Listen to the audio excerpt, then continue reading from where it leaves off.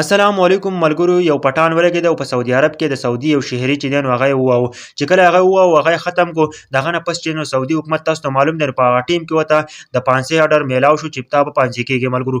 خو بیا ورسره وروسته څه وشول یار، مکمل راسه دا ویډیو وګورئ. زموږ دپاره پکې هم ډېر زیات عبرت دی د دې پټان سره په اخره کې څه شوي دي ملګرو. د خیبر پښتونخوا سره تعلق لرونکی نورشاد پټان چې د میډل فیملۍ سره تعلق ساتي، هغه سعودي عرب ته لاړ او په سعودي عرب کې هغه ټرک چلولو او هغه ډېرې ښایسته پیسې ګټلې او ډېر په خوشحالۍ باندې زندګي تېره ده.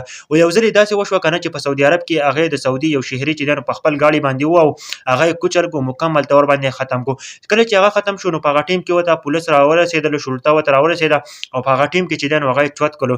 د هغه کومه سعودي چې کومه شهري چې والی و نو هغه ډېر زیات مالداره و، هغه چې کومه فیملي وه نو ډېر زیاته پیسې والا خلک وو ملګرو. چې کله نورشاد پټان چې دی نو هغه یې جیل ته ویوړلو او چې کله جیل ته ویوړلو نورشاد پټان ولګېدو او هغه خلکو ته ریکویسټ وکړو چې تاسو چې ما معاف کړئ، او هغه چې دی نو معافۍ نه انکار وکړو چې موږ تا نه معاف کوو ملګرو.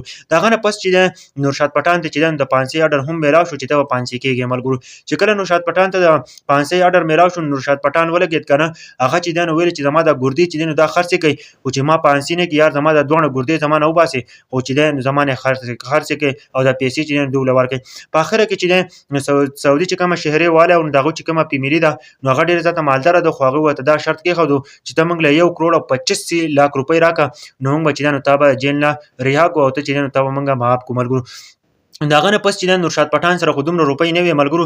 د هغه نه پس چې دی نو یو بل پټان ولګېد کنه او دې له 1,80,00,000 روپۍ چې دی نو دی وله ورکړلې یار، او د هغه چې کومه رهایي وه نو هغه هم وشوله. د پټان چې دی نو رها شو. د هغه نه پس چې دی ملګرو 2015 کې دا واقعه راغلې وه او دې اصل حقیقت دا و چې دا کم کس چې د پیسې ادا کړې وې نو هغه چې دی د باجوړ سره تعلق ساتي. هغه د باجوړ یو پټان و چې د هغه نوم رشاد دی ملګرو، رشاد پټان، چې هغه د هغې روپۍ ورکړلې یار. د دې واقعې اصل مطلب دا دی کنه چې یو بل پټان چې دی د هغه په کار راغی 1,80,00,000 روپۍ. تاسو په خپله سوچ وکئ چې هغه وله ورکړلې او دغه نورشاد پټان چې دی نو هغه یې رها کړو او هغه د سعودي د جیل نه رها شو او هغه د پانسۍ نه بچ شو یار.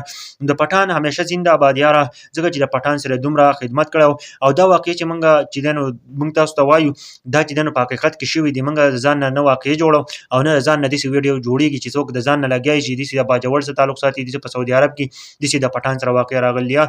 ځینې داسې خلک یې که نه وایي چې د ځان نه لګیا دی نو دا موږ د ځان نه وایو یاره، دا حقیقتي واقعې راغلي دي. نو ټولو ته هم خواست دی چې چینل سبسکرایب کړئ، ویډیو د نورو ملګرو سره ضرور شیر کړئ. موږ چې کومه واقعه وایو یار موږ له اول ریسرچ کوو، موږ ته پته لګي چې دا واقعه صحیح ده نو موږ یې هله وایو یار. نو دا ویډیو د ټولو پټانانو سره شیر کړئ. همیشه پټان زنده باد، پټان همیشه زنده باد.